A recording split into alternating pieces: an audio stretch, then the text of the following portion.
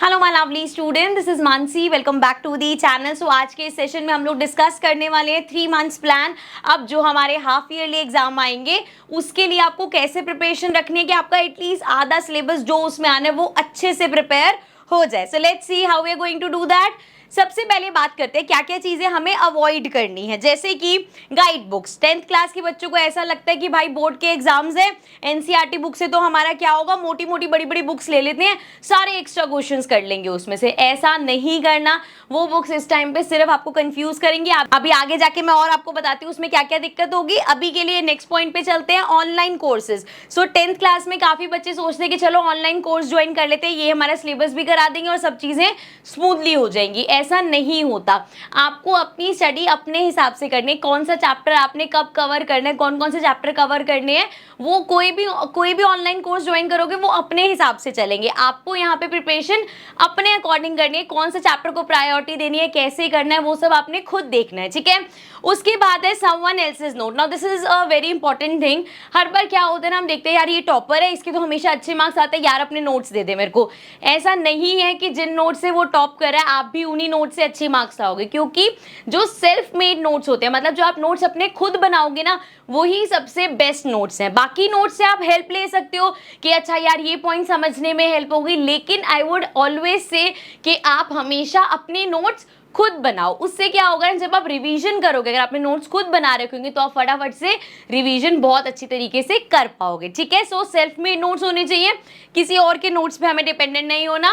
Then हम क्या discuss करते हैं, सबसे पहले बात कर लेते हैं क्या स्ट्रक्चर रहने वाला है स्टडी का एंड क्या करेक्ट पैटर्न होगा प्रैक्टिस का। सो देखो, school, offline coaching, sports, self study, ये चारों चीजें हैं जो आपको अपनी लाइफ में मैनेज करनी है। स्कूल है भाई, अब आपको अभी भी टाइम टेबल बनाने बैठते हो, उसमें ऑब्वियस सी बात है स्कूल के आवर्स तो नहीं हटा सकते, वो तो आपने जाना ही है। ऐसा नहीं है कि स्कूल छोड़ के घर बैठ के हम खुद ही पढ़ाई कर लेंगे, ऐसा नहीं होगा।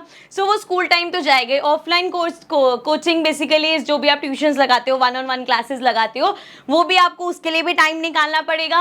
And then we have sports, जो आपकी जो भी कोकुलर एक्टिविटीज हैं, जो कि मैं हमेशा कहती हूँ सिर्फ पढ़ाई नहीं चलती, आपको पढ़ाई के साथ बाकी एक्टिविटीज भी करने, ताकि आपके माइंड का और आपकी बॉडी का एक बैलेंस क्रिएट हो जाए, ठीक है। और उसके बाद सेल्फ स्टडी, जिसको हम ज्यादा इंपॉर्टेंस नहीं देते। हम सोचते हैं एग्जाम टाइम में पढ़ लेंगे, अभी तो स्कूल में भी पढ़ा है हमने, चैप्टर ट्यूशन में भी कर लिया, क्या जरूरत है खुद रोज बैठ के पढ़ने की। बट इस चीज को आप बिल्कुल हल्के में मत लो। सेल्फ स्टडी करना बहुत ज्यादा जरूरी है आप लोगों के लिए। जो बच्चे सेल्फ स्टडी करते हैं उनको पता है कि वो कितनी बेनिफिशियल रहती है और आपके मार्क्स का क्या इम्पैक्ट होता है, ठीक है। सो इनको डिटेल में देखते हैं थोड़ा। देखो, स्कूल में आप क्या करोगे, 50% एटलीस्ट कोई भी चैप्टर है उसका 50% तो आपको स्कूल में ही समझ आना। आई अंडरस्टैंड कि यार एक एक अब टीचर है, वो एक एक क्वेश्चन हर बच्चे के नहीं ले पाती, उसीलिए आप अपनी प्राइवेट ट्यूशंस लगाते हो। बट एटलीस्ट सिलेबस का 50% जो है ना, वो वहां से आप सीख सकते हो। टीचर्स क्लास में करा तो रही हैं, सो वो आपने वहां से लेना है। Then teachers know the best. Now ये देखो, स्कूल की कुछ चीजें जो एग्जाम स्कूल में होने हैं, उसके सिलेबस के रिगार्डिंग चैप्टर में क्या क्या चीजें कट हुई हैं, हम जो भी आपको यहाँ पे बताते हैं ना, वो एज अ होल बताते हैं कि सीबीएसई ने ये चीजें करी हैं, आपके स्कूल में क्या क्या चीजें इंप्लीमेंट हो रही है, उससे ज्यादा रिडक्शन हो रही है कुछ चीजें, उसमें से अगर जो भी चीजें हैं वो सबसे ज्यादा अच्छे से आपकी स्कूल टीचर्स बता सकती है, तो आपको उनके साथ टच में रहना है। उसके बाद ट्यूशन हेल्प करते हैं भाई, आपकी 90% अंडरस्टैंडिंग जो है ना चैप्टर्स की, वो आपकी ट्यूशन में सॉल्व होना चाहिए, क्योंकि वो आप 1-on-1 क्लासेस इसीलिए लेते हो। एक बैच में 10-15 बच्चे होते हैं, इसीलिए होते हैं कि आप अपने डाउट्स पूछ सको और अच्छे से अपने जो भी कंसेप्ट है उसको क्लियर कर सको, तो वो आपकी 1-on-1 ट्यूशन हो गई।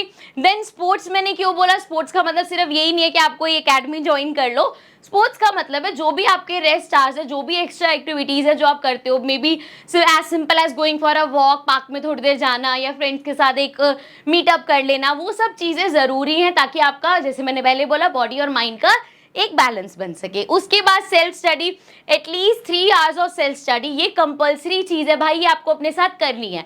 अगर आप बिल्कुल स्टार्ट कर रहे हो अभी सेल्फ स्टडी, आप नहीं करते अभी तक डेली बेसिस पे, स्टार्ट विद एटलीस्ट 1 आवर, रोज का 1 घंटा 2 घंटा, और फिर उसको स्पीड से 3 घंटे पे ले आना, क्योंकि अब सिर्फ 3 महीने बचे हैं, तो फटाफट से ये चीजें करनी है। सो जब आप ये चेंजेस अपने अंदर लाओगे तो अपने आप आपको अपने मार्क्स के अंदर भी चेंजेस दिखेंगे। चलो आगे बात करते हैं, ये हमें लेना है 2 सब्जेक्ट डेली के। अब यहाँ पे देखो, यहाँ पे 4 सब्जेक्ट मैंने लिखे हैं, मैथ्स, साइंस, एसएसटी और इंग्लिश। ये हमारे मेन सब्जेक्ट्स है, आपको पता ही है। हिंदी वगैरह तो आप लोग एग्जाम से 2 दिन पहले भी पढ़ के दे देते हो। काफी बच्चे इंग्लिश में भी कर लेते हैं, बट स्टिल अब इंग्लिश का भी थोड़ा सा लेवल अप हो गया है, उसको समझना, क्योंकि जिस लैंग्वेज में वहां पे होता है और जो लैंग्वेज हमें समझ आती है वो एक डिफरेंट चीज है, ठीक है। पोएम्स वगैरह जो होती है उसके बहुत डीप मीनिंग्स होते हैं, तो वो सब समझना, इसलिए इंग्लिश को भी टाइम देना जरूरी है। तो क्या करेंगे हम, जैसे एक दिन में आपने डिसाइड कर लिया, या तो आज मैथ्स करेंगे, थ्योरी, वो हमारे प्रैक्टिकल सब्जेक्ट्स हो गए। सो इसमें हम यहाँ पे प्रैक्टिस के लिए जैसे मैथ्स और एसएसटी का आपने ग्रुप बना लिया कि एक दिन मैं मैथ्स और एसएसटी करूंगा, एक दिन मैं साइंस और इंग्लिश लूंगी। सो इस तरीके से आप अपने टाइम टेबल में डिवाइड कर सकते हो। एंड देन आवर्स को भी, अब यहाँ पे जैसे मैंने लिखा है 1 घंटा दो एक चैप्टर को मैथ्स या साइंस के, आप चाहो तो भाई इससे ज्यादा भी कर सकते हो। अगर आपको लगता है आप मैथ्स में थोड़े से वीक हो या साइंस में थोड़े से वीक हो, आपको ज्यादा टाइम लगता है, तो आप उस चीज को 2 आवर्स दे दो। और अगर आपको लगता है इंग्लिश वगैरह में फटाफट कर सकती हो तो उसको 1 आवर दे दो। तो ये आप अपने अकॉर्डिंग, जैसे अभी आप जिस हिसाब से पढ़ते हो आप इसको चेंज कर सकते हो। आगे देखो, नाउ वी नो कि हम प्रैक्टिस कैसे करेंगे। चैप्टर वाइज सारे चैप्टर के हिसाब से आपको प्रैक्टिस करनी है, बिकॉज उसमें देखो आपके कॉम्पिटेंसी क्वेश्चंस आपको कवर अप करने हैं, case based, assertion, reasoning, tricky, MCQ. Diksha platform है, यहाँ पे गवर्नमेंट की बेसिकली वेबसाइट है, वहाँ पे सीबीएसई उसमें क्वेश्चंस आते हैं, आपकी टीचर्स भी वहाँ से काफ़ी क्वेश्चंस लेती हैं, एंड बोर्ड में भी वहाँ से काफ़ी क्वेश्चंस आ सकते हैं। तो आप ये विजिट करना, वहाँ से क्वेश्चंस देख सकते हो। देन एनसीईआरटी के एग्जाम्पलर आपको पता होगा, काफ़ी बच्चों को नहीं भी पता होगा। जैसे हमारी एनसीईआरटी की बुक्स हैं उसी तरह से एनसीईआरटी एग्जाम्पलर भी निकालता है, उसमें आपके पास हर चैप्टर की और एक्सरसाइजेस और क्वेश्चंस है, तो वो आप देख सकते हो। ऑल्सो इसके जो सॉल्यूशंस है, अगर वो आपको नहीं मिल रहे तो आप क्या कर सकते हो, एडुकार्ड की, जो मैं आपको बुक्स कहती हूँ, एडुकार्ड के एग्जाम्पलर्स भी आते हैं, तो आप वो परचेज कर सकते हो, वहाँ पे आपको सारे सॉल्यूशंस भी मिल जाएंगे, ठीक है।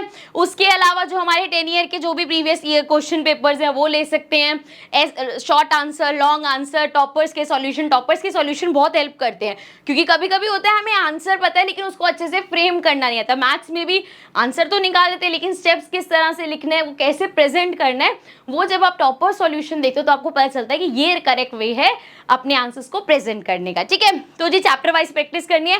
हर चैप्टर के आपको कम से कम 80 क्वेश्चन, या मतलब 80 का ऐसा नहीं कि भाई गिन क्या 80 क्वेश्चन करोगे, 80, 90 क्वेश्चन, 100 क्वेश्चन अगर आप एक चैप्टर के कर लेते हो, then you could be 100% sure कि इस चैप्टर में से कहीं से भी कोई भी क्वेश्चन उठ के आ जाए, मैं यहाँ पे अटेम्प्ट कर पाऊंगी, करेक्ट। देन स्पेशल फोकस, मैंने पहले ही बोला है, जो कंपेटेंसी वाले क्वेश्चन है उस पर अब इस बार स्पेशल फोकस देना, क्योंकि ये क्वेश्चन आप तभी कर पाओगे जब आपके कंसेप्ट क्लियर होंगे, ठीक है ना। चलो आगे देखते हैं। डोंट बाय थिक, ये मैंने अभी सबसे पहले ये पॉइंट लेके आई थी ना मैं, कि मोटी मोटी बुक्स नहीं खरीदनी। क्या क्या दिक्कत है उसमें, पहली चीज, अभी जो हमारा अपडेट हुआ है सिलेबस, अगर आप नई बुक खरीदने जाओगे तो आपको कहीं भी अपडेटेड सिलेबस की बुक नहीं मिलेगी। आपको खुद डिसाइड करना पड़ेगा, यार ये क्वेश्चन है, ये तो अब सिलेबस में है नहीं, तो इसको छोड़ू या ना छोड़ू, तो बेकार में आप अपना सिर्फ काम बढ़ा लोगे। Then we have way too many questions on old pattern, पुराने पैटर्न पे बहुत सारे क्वेश्चन बेस्ड है, जैसे जो हमारा ट्रेडिशनल पैटर्न चल रहा है उसमें होंगे, जो हमारे नए एमसीक्यूज आए हैं, केस बेस्ड स्टडी आए हैं, वो क्वेश्चंस आपको उन बुक्स में अब नहीं मिलेंगे। Then no solution given on, अब देखो जो एग्जांपल्स है चलो समझ में आ गया, अब यहाँ पे जो एक्सरसाइज के क्वेश्चन है उसके सिर्फ आंसर्स दे रखे होते, सॉल्यूशंस नहीं दे रखे होते, तो अब आपका आंसर अगर गलत आया तो उसका सॉल्यूशन ढूंढना बहुत ज्यादा फ्रस्ट्रेटिंग हो जाता है कि कहाँ गलती करी है। सो इसीलिए मैं कहूंगी अवॉइड करो इस चीज को।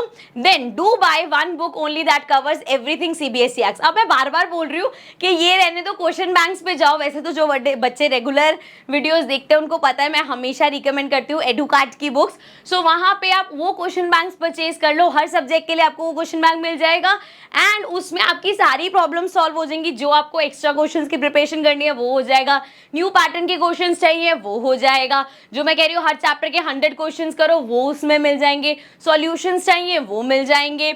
सो ऑफ कोर्स मनी भी आपकी सेव होगी, तो this will save your money and managing multiple books. उसके बाद है आपको डिटेल सॉल्यूशन मिलेंगे, न्यू पैटर्न पे मिल जाएंगे। सो ये सब मैं बहुत बार आपको बता चुकी हूँ। सो ये देखो एडुकार्ड का इस तरीके से आप पूरा बंडल परचेज कर सकते हो। इसमें आपको English, SST and then maths और साइंस चारों बुक्स मिल जाएंगी अपने सब्जेक्ट की। सो आप बंडल परचेज कर लोगे तो थोड़ा सा आपको बजट फ्रेंडली रहेगा, थोड़ा सा मतलब एक एक सिंगल बुक अलग से परचेज करोगे थोड़ी सी महंगी पड़ेगी, बट स्टिल अगर आपको लगता है कि नहीं यार मेरे को इंग्लिश की नहीं चाहिए, मुझे बाकी सब्जेक्ट्स की चाहिए, तो आप अलग अलग भी परचेज कर सकते हो, कोई दिक्कत नहीं है, सिंगल बुक भी आप परचेज कर सकते हो। एंड ऑल्सो हिंदी मीडियम के जो बच्चे हैं, अगर आप ये वीडियो देख रहे हो तो हिंदी मीडियम में भी अभी ये बुक्स हैं, सो आप लोग भी ये बुक्स परचेज कर सकते हो, ठीक है। जैसे यहाँ देखो एक गणित और विज्ञान की बुक्स हैं, सो बेसिकली ये हिंदी जो मीडियम है उन बच्चों के लिए, ठीक है, तो आप वो परचेज कर सकते हो।